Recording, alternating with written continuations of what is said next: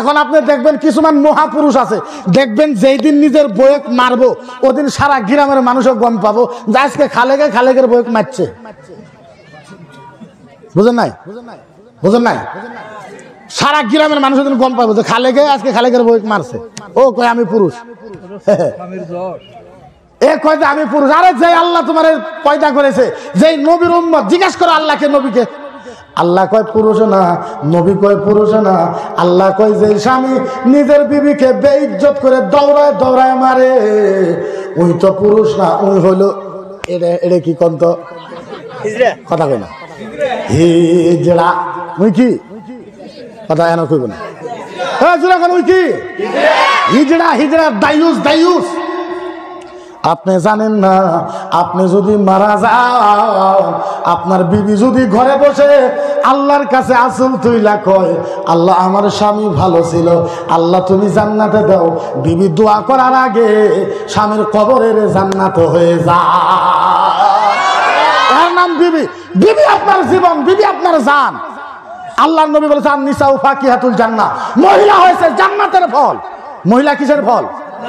আরো জোরে বলেন কিসের ফল? আরো জোরে বলেন কিসের ফল? মহিলা হয়েছে জান্নাতের ফল। এমন কথা না, এখন আমি হুজুরে করে দেখি খালি পর্দা নিয়ে ওয়াজ করে, খালি পর্দা নেই, পুরুষের কোনো কথা কই না। পুরুষের পর্দা নাই, মহিলার 10 ডাবল পর্দা থাকলে পুরুষের 90 ডাবল পর্দা আছে।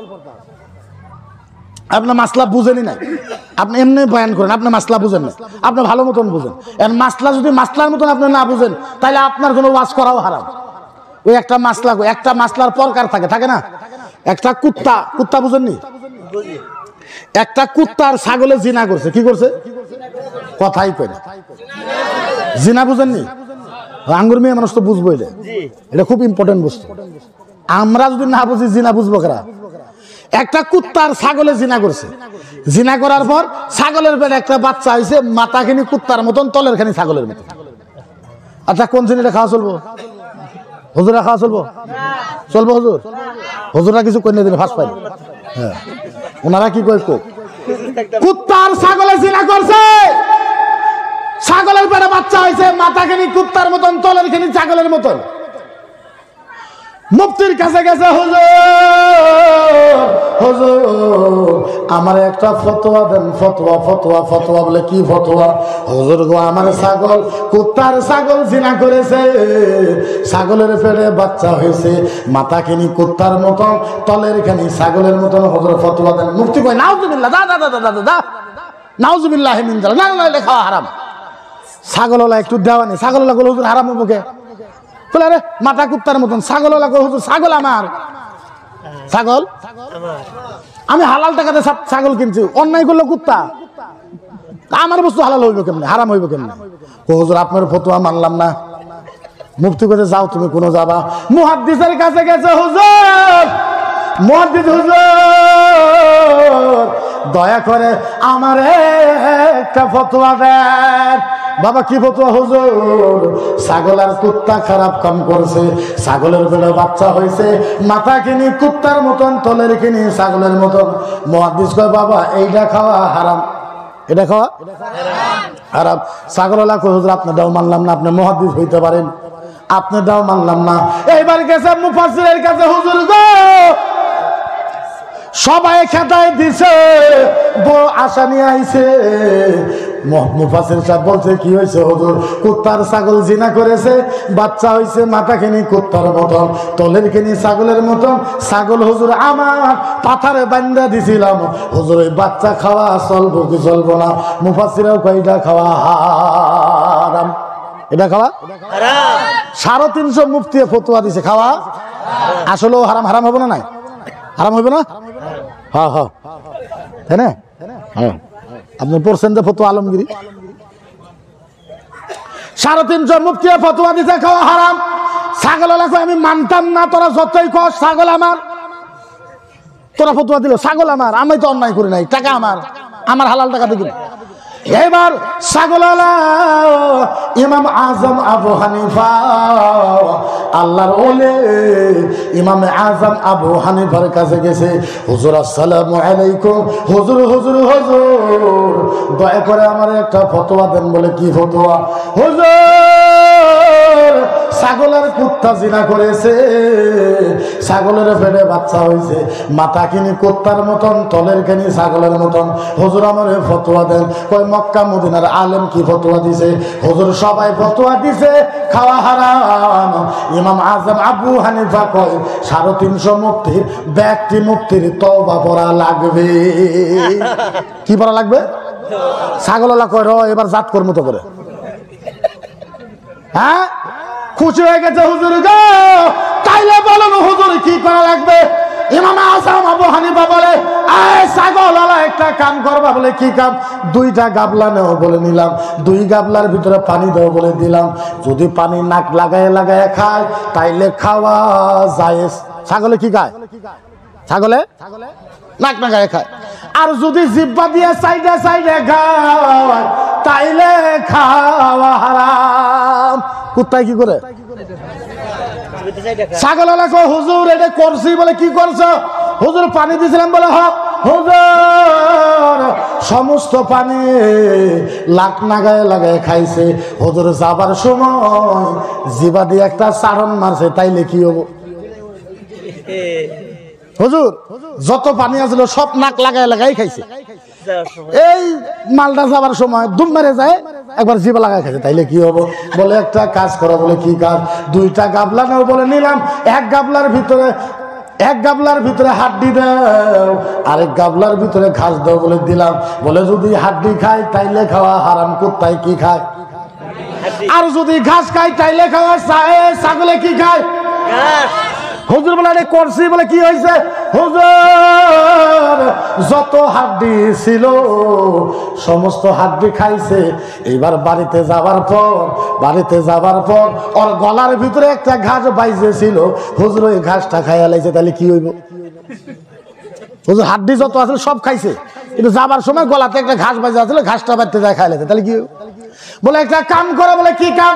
বলে একটা লাঠি লাও বলে নিলাম, বলে ওরা ভারী মারা বলে মারলাম। যদি ভ্যা ভ্যা করে তাইলে খাওয়া জায়েজ, আর যদি ভুক ভুক করে তাইলে খাওয়া হারাম। বলে হুজুর উড়াও করছি। বলে কি হয়েছে? হুজুর যতই বাড়ি মারি খালি ভ্যা ভ্যা করে। বাড়িতে গেছি আমার বইয়ের দেখে একবার কইছে ভুক। যত বাড়ি মারলাম খালি ভ্যা ভ্যাই করলো, ঠিকই আছে। আমার বাড়িতে না যায় আমার পরিবারে দেখে গেল ভু। ওদের এখন কি করতাম? ইমাম আজম বলে কানা সুবিহা, ওরে জব কর কইলে ওর ফেফড়া চেক করো। যদি ফেফড়াটা কুত্তার মতন হয় হারাম, ছাগলের মতন হইলে জায়েজ। তাইলে বলেন একটা মাসলার প্রকার থাকলো না? নাই একটা মাসলার বিভাগ নাই? একটা মাসলার বিভাগ নাই? যথেষ্ট বিভাগ থাকতে পারে মাসলার। পর্দার মানে এইটা নয় যে খালি মহিলাই পর্দা করবে পুরুষে করবে না, মহিলাই করবে পুরুষে করবে না, এইটা হইতে পারে। এটা হইতে পারে, আরো জোরে এটা হইতে পারে, আরো জোরে এটা হইতে পারে। আপনি জানেন না একটা মহিলা যদি ইচ্ছা করে ওর 70 খানদান পর্যন্ত একটা মহিলা যদি ইচ্ছা করে ওর 70 খানদান পর্যন্ত আল্লাহর জান্নাতে নিয়ে যেতে পারে, আর যদি ইচ্ছা করে ওর 70 খানদান পর্যন্ত জাহান্নামে নিয়ে যাইতে পারে। ও মুসলমান, এত সুন্দর ধর্ম পাইলাম, এত সুন্দর দিন পাইলাম, আপনাদেরকে কেমনে করে বোঝাবার পরা ক্ষমতা নাই। আহারে আল্লাহ নবী একটা সময় বলবে, সাহাবা শোনো, আল্লাহ নবী বলবে আহাদ উম্মাতুল উখরা লা ইয়াদখুলুল জান্নাহ লামা তারদাহু ইন কানা মুহাম্মদ। আরে জোরে কোন, আরে জোরে কোন। আমরা এমন উম্মত হয়েছি, আল্লাহর নবী সাল্লাল্লাহু আলাইহি সাল্লাম কইছে এরে যাইছেন না থাক। আল্লাহর নবী বলেছে যতক্ষণ পর্যন্ত আমার একটা উম্মত জান্নাতে যাওয়া বাকি থাকবো। শুনতেছেন? জি। আল্লাহর নবী বলছে যতক্ষণ পর্যন্ত আমার একটা উম্মত জান্নাতে যাওয়া বাকি থাকবো, আমি মুহাম্মাদুর রাসূলুল্লাহ জান্নাতে পাও রাখবো না। সুবহানাল্লাহ। আমার নবী বলছে যতক্ষণ পর্যন্ত আমার একটা উম্মত জান্নাতে যাওয়া বাকি থাকবো ততক্ষণ পর্যন্ত আমি মুহাম্মদ রাসূল জান্নাতে পাও রাখবো না। তাইলে বলেন ওই নবীর ইসলাম সম্পর্কে আমরা কিছু জানার দরকার আছে না? না। আরে কেমনে বুঝাই আজ আসামের ভিতরে কিছুমান মানুষ আমারে সাম্প্রদায়িক বলে কয়, আমারে উগ্রবাদী বলে কয়, আমি জিহাদির মতন ভাষণ দেই, উগ্রর মতন ভাষণ দেই। আচ্ছা, আপনাদের কাছে একটা কথা আমি জিজ্ঞাসা করতে চাই। ও মুসলমান, বুকে হাত রেখে একবার বলবে, কোন মানুষ যদি আমার নবীকে সামার বইলা কয়, আমার নবীকে শয়তান বলে কয়, আমার নবীকে বদমাশ বলে কয়, আমার নবীকে নুচ্ছা বলে কয়, আমার নবীকে সব খারাপ বলে কয়, তাইলে বলে আসামের মুসলমান গণতান্ত্রিক হিসাবে আন্দোলন করার দরকার আছে না? না, আরে জোরে কোন আছে না? আমার নবীকে কেউ যদি বিরুদ্ধে করে, আমি কারো বিরুদ্ধে করি না, মদিনার নবীর বিরুদ্ধে করলে নবীর পক্ষে মুসলমান উঠার দরকার আছে না? না, আল্লাহু আকবার। আমরা কারো বিরুদ্ধে করি? আমরা কারো বিরুদ্ধে করি? আপনি একবার মনে করেন, আপনার বাবাকে কেউ যদি নুচ্চা বলে কয়, আপনার বাবাকে কেউ যদি চোখ খারাপ বলে কয়, আপনি মানবেন? আপনি মানবেন? আর আমার নবী সাল্লাল্লাহু আলাইহি সাল্লামকে বলেছে আল্লাহর নবী চোখ খারাপ, নুচ্চা, চামার, বদমাশ, তাইলে বলেন মুসলমান একত্রিত হয়ে খাড়া হয়ে নবীর পক্ষে দাঁড়ানো দরকার আছে না নাই? আছে। আচ্ছা বলেন, এর নাম নবীর পক্ষে কথা বলা সাম্প্রদায়িক হয় নাকি? আপনারা কোরআন পড়েন বা না পড়েন সেটা বেলেগ কথা। আপনারা বলে আপনাদের কোরআনের প্রতি ভালোবাসা আছে না নাই? আরে কোরআনের প্রতি যদি ভালোবাসা থাকে, যারা কোরআন জ্বলাইতে চায়, ইসলাম ফিনিশ করতে চায়, ইসলাম ধ্বংস করতে চায়, ওদের বিরুদ্ধে আওয়াজ উঠানোর দরকার আছে না না? আগে একটা বাড়াইছে, এখন ওর সাথে আরো 2-3 জন সাথ দিছে যে আসাম থেকে কোরআন জ্বলাই দেওয়া। কি করা লাগে? আচ্ছা, কোরআন যদি জ্বলাই দেয় মুসলমান মানবো? জোরে কোন মানবো? এ কয় কোরআন জ্বলায় দাও। এখন উত্তর লক্ষিমপুর একটা বাড়াইছে, হ্যাঁ কয় যে আমরা ইসলাম ফিনিশ করে দিই। ইসলাম কি করবো? ফিনিশ করে দেব। পারবো ফিনিশ করবা? আমি বললাম, তুই তো দুরুস্তান, তোর 14 গোষ্ঠীর বাবা যদি আছে, আচ্ছা বলেন ইসলামের একটা পশম লড়াইতে পারবে? পারবে? আমি কইছি বন্ধু, জ্বলা কয়টা কোরআন জ্বলাইবা? জ্বলা জ্বলা জ্বলা জ্বলা জ্বলা। কয়টা জ্বলাইবা? 10টা, 20টা, 30টা, 50টা, 100, 200, 500, 1000, 2000, 3000, 5000, 7000, 8000, 9000, 10000। বন্ধু তুমি জানো না, তুমি এক রাত্রের ভিতরে 10,000 জ্বলাবা। তুমি তো জানো না, আমরা এখনো আসামের ভিতরে 2.5 লাখ হাফেজ আছি। 2.5 লাখ। কত কত কত? 2.5 লাখ। আমাদের হাফেজের কোরআন মুখস্থ আছে না নাই? ও বন্ধু রে,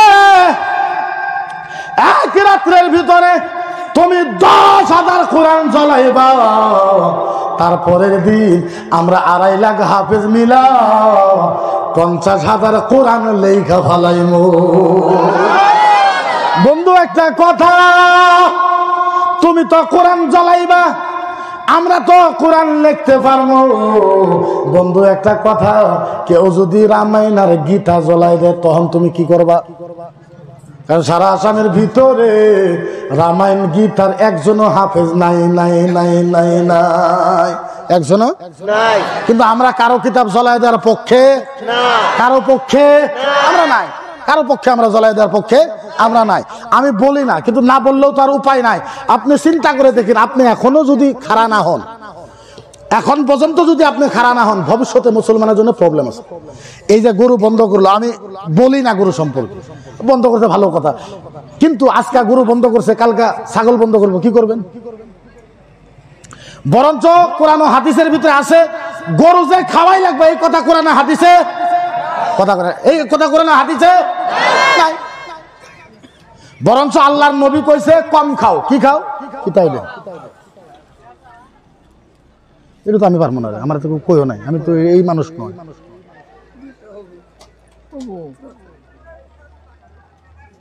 আমি এত টাইম ধরে আছি, কিছু কইলেনি না। এখন তো আমার টাইম আছে মাত্র 10 মিনিট।